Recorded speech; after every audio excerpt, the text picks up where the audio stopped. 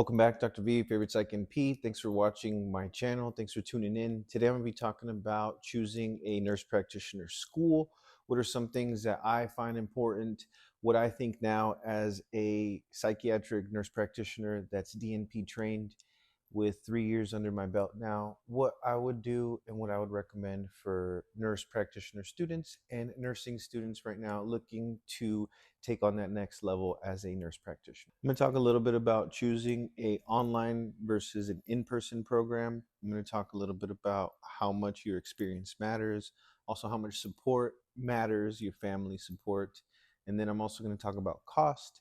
And then ultimately, what are some of the key factors when actually choosing a specific school? To me, one of the most important things is what is that school going to do for you?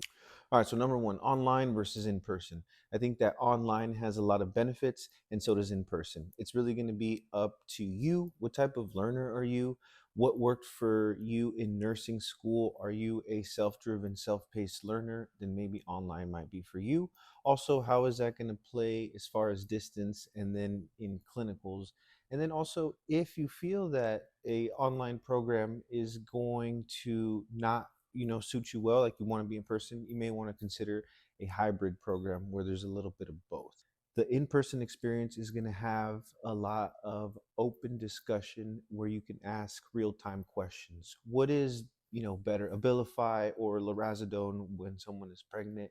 You can ask a lot of questions that you may have a delayed answer if you're doing a fully online program where you have to wait for the teacher to email you or get back to you, where that's going to be different when you're there on site in person. And for me, the biggest pro of being on site is being immersed in the culture, in the other students that are there that are eager to learn, that are also in the same atmosphere and mindset that you're in. So you're able to bounce off ideas and find a lot of hope, find also a lot of similarities among the students, that you're all going through the same things, working, and then you're stressed, and then you're having difficulties with certain portions, so you can bounce ideas off and build that network that you have and that later on carries after you graduate. And I feel like that can be difficult with online. So that'd be the biggest pro, and being able to ask real-time questions.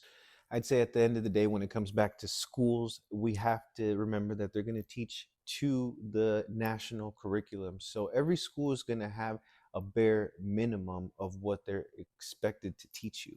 And when choosing a school, I definitely recommend that you look into that school and that specific state board. I'm here in Arizona. The school that I went to, Arizona State University, had a 5-year accreditation with the State Board of Nursing. Some schools don't. You also want to see if they have an active director that's listed on the State Board nursing profile. So those are some things to look at. All right, next up, you're going to have to ask yourself, how long is the program? Are you going to go full-time? Are you going to go part-time? Because there's 18-month programs and there's 16-month programs. I know that at Arizona State University, there's a part-time BSN to DNP program that's approximately 5 years. So, it's going to be another factor to consider.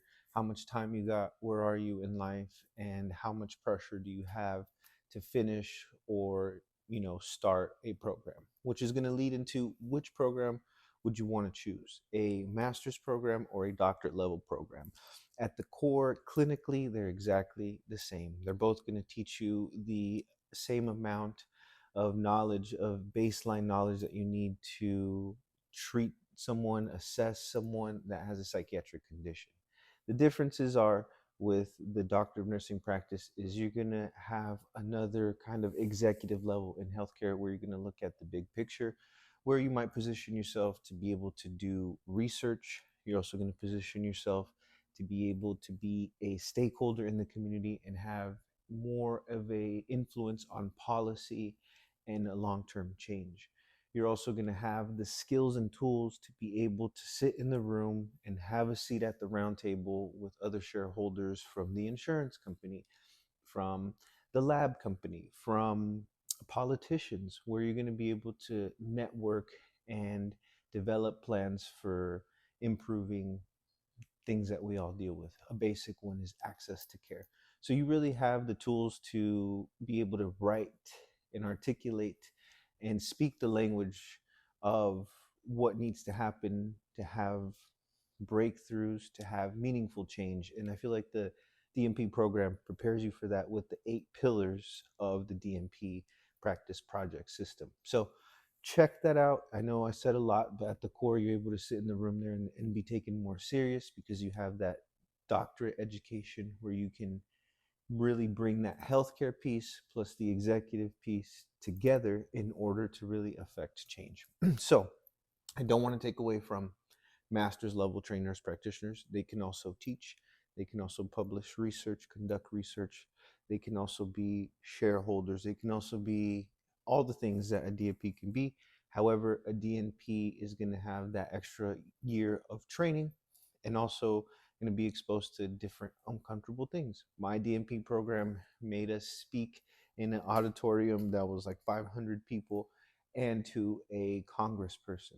So this was something that was uncomfortable. And then now you can see the differences of someone that was trained like that versus someone that hasn't been exposed to those uncomfortable situations. So I feel like it really prepares you to speak up and advocate for others. And I really have only positive things to say. Next big factor that you must consider is what's your experience? What's your experience in that specialty? Are you going into a specific specialty, a CRNA? You obviously have to have at least 2 years of ICU experience to be a CRNA. The other specialties are not 100% like that. It's going to depend on the school. My school was very difficult to get in. They only had 14 seats every semester for that DNP program, and we had to come and interview.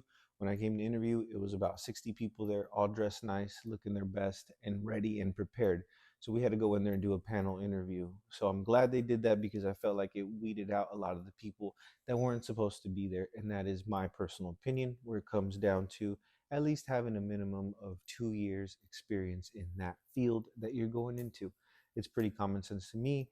The CRNA programs require 2 years of ICU experience. I think all of the programs should do the same, except for FNPs, who see a little bit of everything. Like you should be a nurse for at least 5 years before going into nurse practitioner school, and then at least having 2 years in that specialty that you want to go to. Bare minimum, we're trying to elevate the practice. However, it is going to be up to the schools and who they allow in. Are they going to allow you in after being a nurse for 2 years? Maybe. I know there's some programs that do allow that. Now, segueing into the most important, picking a school, and what's the most important thing about a school? Like I said, what is that school going to offer you? And I'm meaning clinicals. How many clinical hours are they going to guarantee you? How many different sites? What kind of experiences are you going to have? My school prepared me well at 4 different sites with 4 completely different experiences, and it took away so much stress from having to do that, along with my DNP project that I was doing. So that's number one. Are they going to help you with clinicals? Number two, what's the cost? How much is that program going to cost? And what are they going to offer you? For the second piece, for cost, it also includes facilities. How good are the facilities, the library, the systems to search things, the availability of other departments to help you? For example, I had an assigned statistician that helped me with my project and helped me articulate all the mathematical numbers that I didn't fully understand at that high level, but I had someone to help me. I also had world-class instructors. One of my instructors is still the lead psych NP at one of the best hospitals on this side of the Mississippi, on the west side. So we had world-class instructors. So that was another thing. We had a world-class sim lab where they would bring in actors to play patients. And we would have that experience of a hysterical patient, of a schizophrenic patient. And we were able to, have that because of the school. So I feel like the school really needs to provide something. And if they are not going to provide anything, just know that they're going to provide a bare minimum curriculum, and that's okay. Because at the end of the day, we know that we have to put this passion, this energy, and this desire to grow and learn to help our patients. And you can't teach that. You either have it or you don't. That's why I said the 2 years experience in that field really matters to see if you want to do this for the rest of your life. So I hope this video was helpful. I hope that it kind of highlighted some of the same parts that you're maybe stressing over that are normal to stress over. But at the end of the day, it's a lot of things: cost, clinicals, location, family support, and what is going to be best for you. As always, thank you for watching. Thank you for listening. Any questions, comments, concerns? I'll see you in the comments. See you on the next one.